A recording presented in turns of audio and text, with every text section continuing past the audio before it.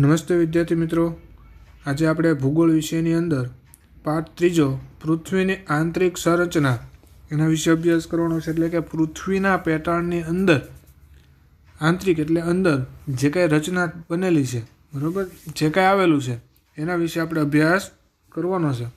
તો જોઈએ આપણે આ પાઠની અંદર શું આવે છે.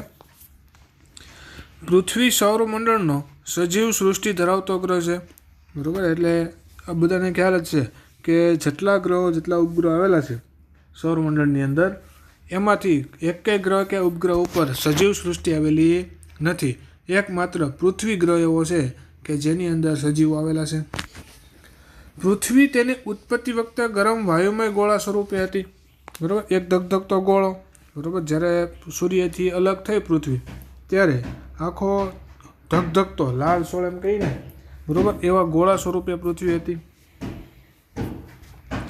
કાળક્રમે એના દ્રવ્યો ઠરતા ગયા અને બહારના તેમજ અંદરના ભાગમાં વિવિધ આવરણો બંધાતા ગયા. એટલે કે એ ગોળો હતો એમ જેમ જેમ સમય જતો ગયો એમ એમ ઠરતું ગયું, બહારના આવરણની અંદર ઠરવાનું શરૂ થયું અને એક આખું કહેવાય ને કે આવરણ સ્વરૂપે, એટલે કે એના પડ સ્વરૂપે છે આખી પૃથ્વી છે એ તૈયાર થઈ. સૌપ્રથમ પૃથ્વીની ઉપરની સપાટીનો ભાગ ઠંડો પડતો ગયો. ઉપરની એટલે કે બાહ્ય સપાટી, હજી આપણે જમીન જે કહીએ ને જમીન, બરાબર, આ જમીનનો ભાગ ઠર્યો. હજી પણ જમીનના પેટાળની અંદર તો હજી ધગધગતા લાવા તરીકે આવેલા જ છે, પણ હજી આમાં એમ કીધું એમ કે પૃથ્વીની અંદર સૌપ્રથમ બહારનો જે ભાગ હતો એ ઠરવા લાગ્યો. ત્યાર પછી તો ઠરતો ગયો અને તે ઘન પોપડામાં ફેરવાયો. જેમ જેમ ઠરતો ગયો એમ ઘન પોપડો બીનો અને પૃથ્વી સપાટીનું આ ઘન આવરણ ભૂકવચ તરીકે ઓળખવામાં આવે છે. એટલે કે એના બીજી આપણે જમીન પણ કહીએ, એટલે કે આ જમીન પણ કહેવામાં આવે અથવા તો ભૂકવચ તરીકે ઓળખવામાં આવે. પૃથ્વીની ઉત્પત્તિની જેમ પૃથ્વીના પેટાળની રચના રહસ્યને પણ માનવી હજી સુધી સંપૂર્ણપણે જાણી શક્યો નથી, બરાબર. એટલે કે હજી પણ જેમ આપણે પૃથ્વી કઈ રીતે ઉત્પન્ન થઈ ખબર નથી, સૌરમંડળ કઈ રીતે ઉત્પન્ન થયું પાક્કું તારણ નથી. આપણે આની પહેલાંના પાઠમાં જોયું, હજી અંદાજો જ છે બધા કે કદાચ આમ પૃથ્વી ઉત્પન્ન થઈ છે, આમ થઈ છે, પાક્કું તો હજી કોઈ કહી શક્યું નથી. બસ એવી જ રીતે હજી પૃથ્વીના પેટાળની અંદર જેટલું બહાર છે એની કરતાં વધારે રહસ્ય જમીનની અંદર એટલે કે પૃથ્વીના પેટાળની અંદર છુપાયેલું છે અને એ હજી પણ માણસો દ્વારા કેવું છે, વણ ઉકેલ્યું છે.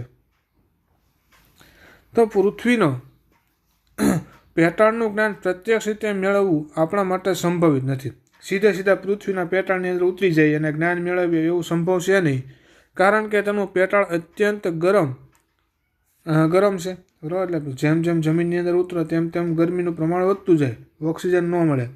અને સૌથી અગત્યની વાત તો એ કે જેમ જેમ પૃથ્વીના પેટાળમાં ઉતરતા જાઓ તેમ લાવા છે એ નહીં બહાર આવતો જાય, અને એ લાવામાં છે આપણે બધાને ખ્યાલ છે કે લાવા છે માણસને શું કરી શકે, મૃત્યુ આવી શકે. એટલે પેટાળની અંદર સીધું ઉતરીને આપણે સંશોધન કરવા જવું એ સંભવ નથી. પૃથ્વીનો આંતરિક ભાગ કઈ અવસ્થામાં છે? પૃથ્વી એકાએક કેમ કંપી ઉઠે છે? જ્વાળામુખી શા માટે અત્યંત ગરમ પદાર્થો અને ભૂદ્રવ્યો બહાર ફેંકે છે? સુનામી લહેરો શા માટે પેદા થાય છે? શું આ બધી ઘટનાઓ પૃથ્વીની આંતરિક સંરચના સાથે સંબંધ ધરાવે છે? તો આવો આપણે પૃથ્વીના આંતરિક રહસ્યોને જાણીએ. એટલે કે જે આવું કીધું છે ને એ બધા હજી રહસ્યો જ છે, બરાબર. શું કામ છે, શું કામ આમ થાય છે, તેમ થાય છે, એ આપણે આ પાઠની અંદર આપણે ભણવાનું છે કે શું કામ પૃથ્વી છે એ ધ્રુજે, એટલે કે આપણે એને ધરતીકંપ કહીએ. ધરતીકંપ કઈ રીતે આવે, શું કામ આ બધો લાવા બહાર આવે, બરાબર, એના વિશે આપણે આ પાઠની અંદર અભ્યાસ કરવાનો છે. તો જોઈએ આપણે આ પાઠ શરૂ કરીએ કે ભૂગર્ભની જાણકારીના સ્ત્રોત કઈ રીતે ભૂગર્ભની, એટલે કે ભૂગર્ભ એટલે ભૂ એટલે જમીન, ગર્ભ એટલે અંદર છુપાયેલું. તો ભૂગર્ભની અંદર છે એ જાણકારી કઈ રીતે મળી શકે, એની માટેના સાધનો કયા, કઈ રીતે પ્રાપ્ત થઈ શકે એને આપણે સ્ત્રોત કહીએ. તો પૃથ્વીની સપાટીનું કેન્દ્ર લગભગ 6390 કિલોમીટર અંદર છે. અંડરલાઈન કરજો વિદ્યાર્થી મિત્રો, પૃથ્વીનું કેન્દ્ર કેટલા કિલોમીટર અંદર આવેલું છે? 6370 કિલોમીટર સુધી અંદર આવેલું છે. પૃથ્વીના કેન્દ્ર સુધી પહોંચી તેના આંતરિક સ્વરૂપને નિહાળવું શક્ય નથી. વિચારો 6000 કિલોમીટર અંદર કેમ જવું, બરાબર. એટલું બધું જમીન ગાળવી તો પડે ને, અને ગાળતા ક્યાં શું આવે કંઈ ખબર હોતી નથી, એટલો ઓક્સિજન હેઠે સુધી જઈ શકે એમ છે નહીં. એટલા માટે અંદર મધ્યમાં જઈને જો આપણે ભૂગર્ભને ભણવું અથવા એનો અભ્યાસ કરવો એ ખૂબ જ અઘરું કાર્ય છે. એટલામાં કીધું કે પૃથ્વીના કેન્દ્ર સુધી પહોંચી તેના આંતરિક સ્વરૂપને નિહાળવું શક્ય જ નથી. પૃથ્વીના આંતરિક સ્વરૂપનું રહસ્ય પામવાનું એક્સરે જેવું યંત્ર પણ આપણી પાસે નથી. આપણા માનવ શરીરની અંદર કંઈક હાડકું તૂટી ગયું હોય ને તો આપણે શું કરીએ?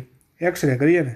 એક્સરે એટલે તો કે શરીરની આરપાર જે કિરણો છે એ નીકળી જાય અને શરીરની અંદર શું આવેલું છે એ આપણને ફોટા સ્વરૂપે દેખાડે. તો એવું એક એક્સરે જેવું મશીન હજી પણ એવું શોધાણું નથી કે આપણે ભૂગર્ભના એને એક્સરેને ઉતારીએ અને એના ફોટા આપણને ધરતી ઉપર પ્રાપ્ત થઈ જાય. એટલે હજી પણ એવું જમીનનો એક્સરે હજી આપણે સુધી ગોતી શક્યા નથી. પૃથ્વીના કેન્દ્ર પ્રદેશના પદાર્થોના નમૂના લાવવા પણ શક્ય નથી. બરાબર, એટલે કે પૃથ્વીના કેન્દ્રમાં જઈને એ પ્રદેશના કોઈ નમૂના લઈ આવી એ પણ શક્ય નથી. જેમ કે આપણે બીજા ગ્રહમાં જઈએ ને, મંગળ ઉપર જાય, ચંદ્ર ઉપર જાય તો એની માટી છે શું કરે? લઈ આવે. બરાબર, હવે એની માટી લઈ આવીને એના નમૂનાનો એ અભ્યાસ કરે. પણ ભૂગર્ભના સુધી કાંઈ જવા માટે કાંઈક રસ્તો તો જોવે ને. એવો કોઈ રસ્તો જ નથી કે નીચે આપણે જઈને ભૂગર્ભમાં જઈને એના કેન્દ્રના શું કરીએ એવી નમૂના લઈ આવી અને પછી એનો અભ્યાસ કરીએ. અંતઃ પૃથ્વીના આંતરિક ભાગ દૃશ્યમાન ન હોવાના કારણે ભૂગર્ભ વિશે આપણું જ્ઞાન ખૂબ જ કેવું છે? સીમિત છે. એટલે કે ભૂગર્ભ આપણે દેખાતો નથી. આપણે જમીન જોઈ શકીએ, બાકી જમીનની અંદર શું આવેલું છે એ આપણે જોઈ શકતા નથી.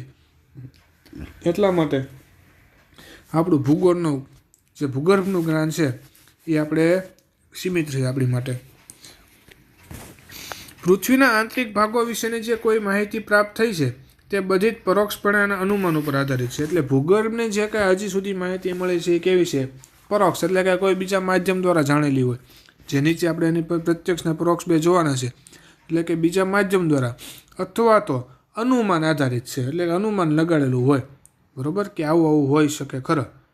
હજી કોઈ અંદર જઈને સંશોધન કરેલું છે નહીં. તેમ છતાં આ જાણકારીનો કેટલોક ભાગ પ્રત્યક્ષ નિરીક્ષણ અને ભૂગર્ભના પદાર્થોના વિશ્લેષણ ઉપર આધારિત છે. તો આપણે હવે જોઈએ પ્રત્યક્ષ સ્ત્રોત કયા છે અને પરોક્ષ સ્ત્રોત. ભૂગર્ભના જાણકારી મેળવવા માટે અમુક પ્રત્યક્ષ અને અમુક પરોક્ષ સ્ત્રોત છે. આ બંને વિશે આપણે જોઈએ. તો પહેલાં આપણે જોવાનું છે પ્રત્યક્ષ સ્ત્રોત. તો ભૂગર્ભ વિશે પ્રત્યક્ષ જાણકારી મેળવવાના બે સ્ત્રોત છે. એક તો ઊંડી ખાણો તથા ખનિજ તેલ મેળવવા કરેલા ઊંડા શાક. બે રીતે ભૂગર્ભને પ્રત્યક્ષ રીતે રૂબરૂ તરીકે જાણી શકે. એ હાવ અંદર જઈને નહીં જ તે. બરાબર, આમાં જો કીધું બરાબર કે બે રીતે જાણવાના સ્ત્રોત છે પ્રત્યક્ષ રૂબરૂ જઈને જ તે. કયું? તો કે ઊંડી ખાણો અથવા તો ખનિજ તેલ મેળવવા કરેલા ઊંડા શાક. બરાબર, એ કાંઈ એટલા બધા ઊંડા હોતા નથી. ઊંડા એટલે માણસની દૃષ્ટિએ ઊંડા જાય, પણ ભૂગર્ભની દૃષ્ટિએ જોઈએ તો ખાસ અંદર સુધી જતા જ નથી.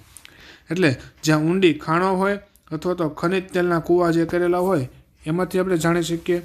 બીજું, જ્વાળામુખી પ્રસ્ફોટન સમયે ભૂગર્ભમાંથી બહાર આવેલા પદાર્થો જાણીને. બરાબર, જ્વાળામુખી ફાટે એટલે જમીનમાંથી જેટલા બધી પદાર્થો નીકળે એ પદાર્થોનો અભ્યાસ કરીને આપણે જાણી શકીએ. તો આ બે છે પ્રત્યક્ષ સ્ત્રોત. તો વિશ્વની ઊંડામાં ઊંડી ખાણ દક્ષિણ આફ્રિકાની રોબિન્સન ખાણ છે. અંડરલાઇન કરજો, વિકલ્પને 1 માર્કમાં પૂછાય છે કે વિશ્વની સૌથી ઊંડી ખાણ કઈ? તો કે દક્ષિણ આફ્રિકાની અંદર આવેલી રોબિન્સન.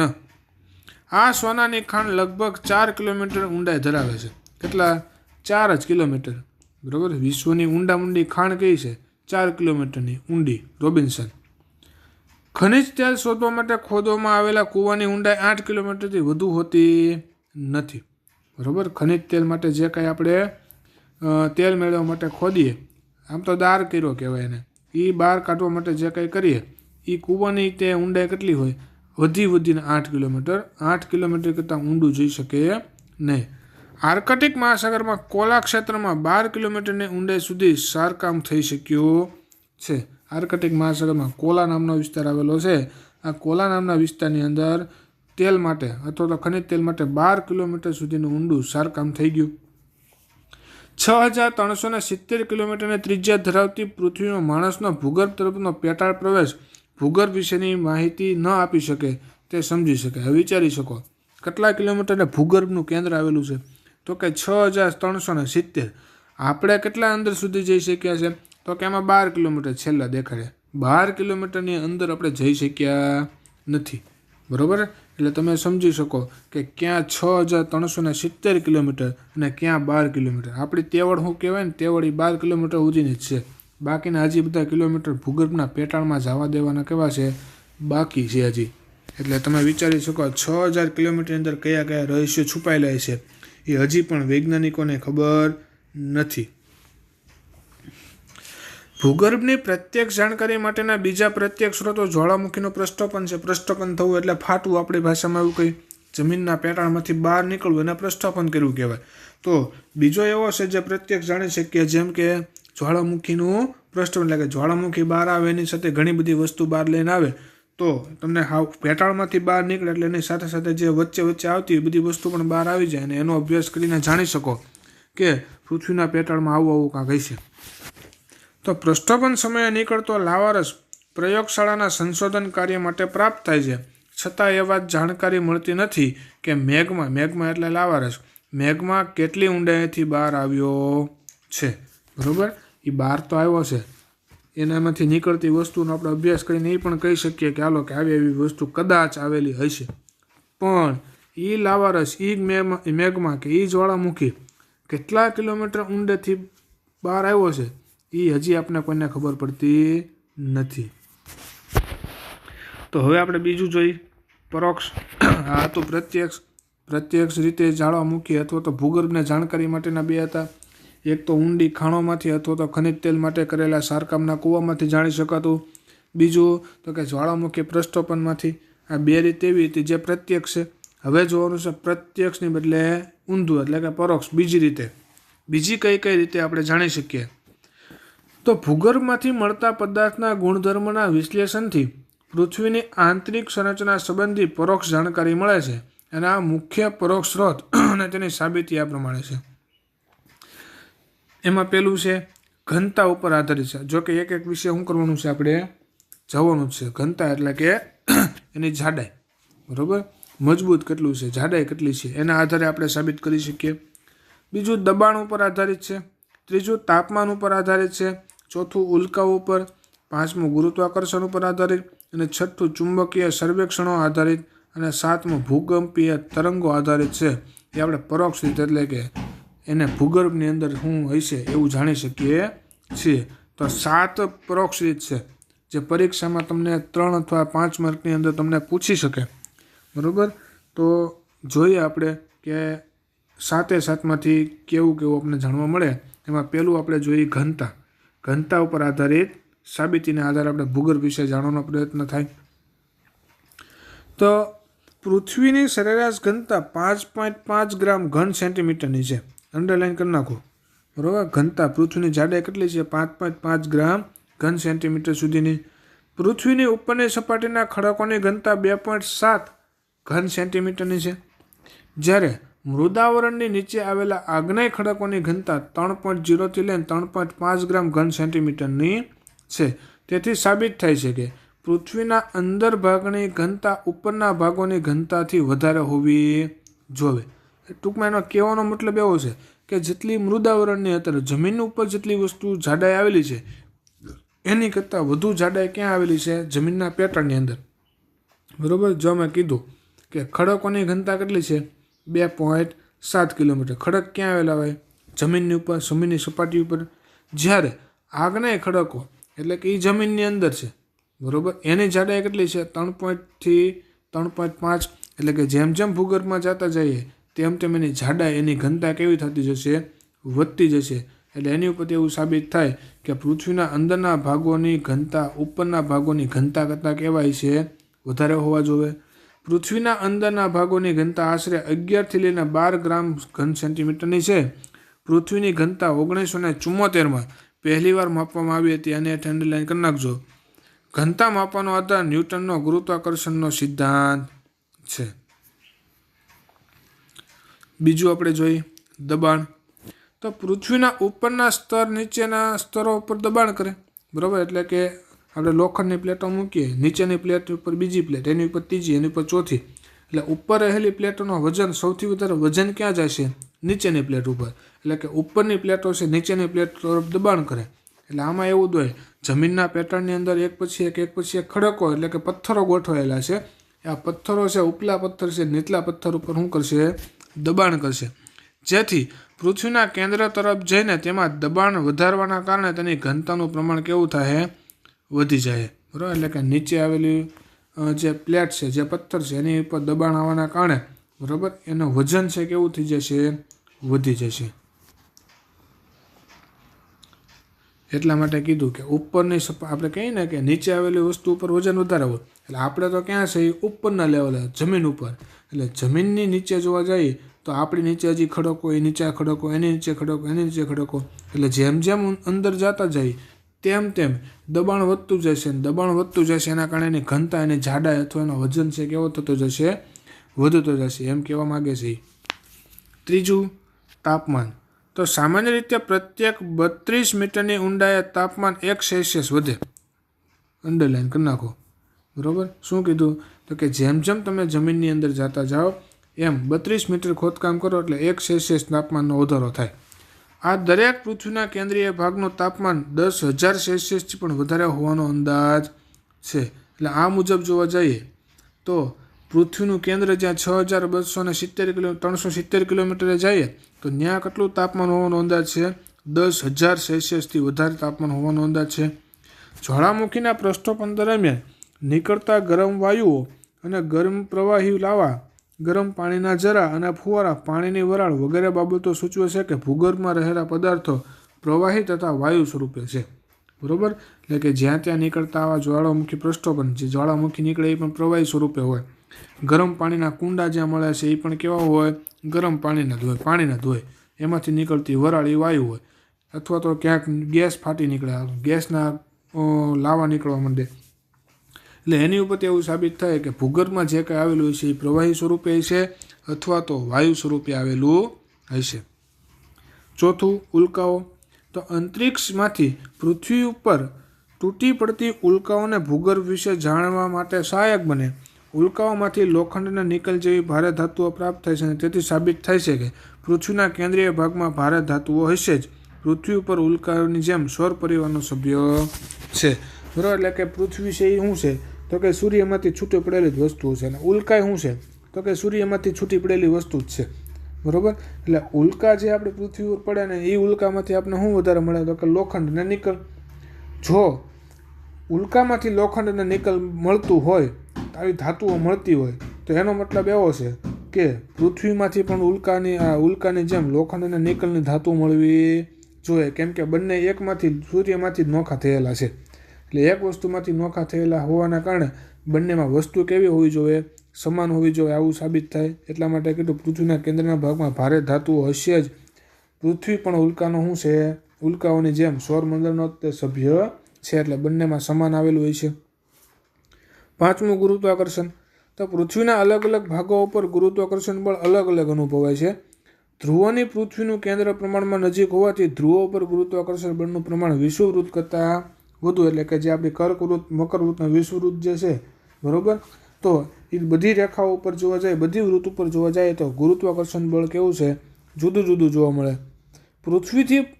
વિષુવવૃત્તથી પૃથ્વીનું કેન્દ્ર દૂર હોવાથી અહીં ગુરુત્વાકર્ષણ બળ ધ્રુવો કરતાં એકંદરે ઓછું છે. પૃથ્વીનો મધ્ય ભાગથી કયો વૃત્ત આઘો છે? વિષુવવૃત્ત. એ આઘો હોવાના કારણે, બરાબર, ઓલું ચુંબક જેવું છે. જેમ ચુંબકને તમે આઘું લઈ જાઓ એમ એનું ગુરુત્વાકર્ષણ બળ ઓછું થતું જાય. જેમ નજીક લાવો એમ ગુરુત્વાકર્ષણ વધતું જાય. એટલે પૃથ્વીના કેન્દ્રમાંથી વિષુવવૃત્ત તરફ જઈએ તો એનું કેન્દ્રથી વિષુવવૃત્ત આગળ હોવાના કારણે ગુરુત્વાકર્ષણ બળ ઓછું લાગે છે. પૃથ્વીના આંતરિક ભાગમાં ભૂ પદાર્થોના અસમાન વિતરણના કારણે પણ ગુરુત્વાકર્ષણ બળમાં તફાવત સર્જાય છે. આમ પૃથ્વીની આંતરિક સંરચનાની સમજ પ્રાપ્ત થાય છે. ત્યાર પછી છઠ્ઠું, ચુંબકીય સર્વેક્ષણ. તો ચુંબકીય સર્વેક્ષણથી સાબિત થયું છે કે પૃથ્વીના આંતરિક ભાગમાં ભૂપદાર્થોનું વિતરણ અસમાન જોવા મળે છે. સાતમું, ભૂકંપીય મોજા. તો ભૂકંપ આલેખન એટલે કે જેને સિસ્મોગ્રાફી કહેવાય, એની દ્વારા 3 પ્રકારના ભૂકંપના મોજાની નોંધ થાય છે. એક પ્રાથમિક મોજા એટલે કે પી વેવ્સ, દ્વિતીયક મોજા એટલે કે સેકન્ડ વેવ્સ એટલે એસ વેવ્સ, ઓલું પ્રાઇમરી મોજા એટલે પી વેવ્સ, આ દ્વિતીયક એટલે કે સેકન્ડરી વેવ્સ, અને પૃષ્ઠીય ભૂમિ અથવા પૃષ્ઠીય મોજા એટલે કે લેન્ડ વેવ્સ. અંડરલાઇન કરી નાખજો ભૂકંપના 3 પ્રકાર.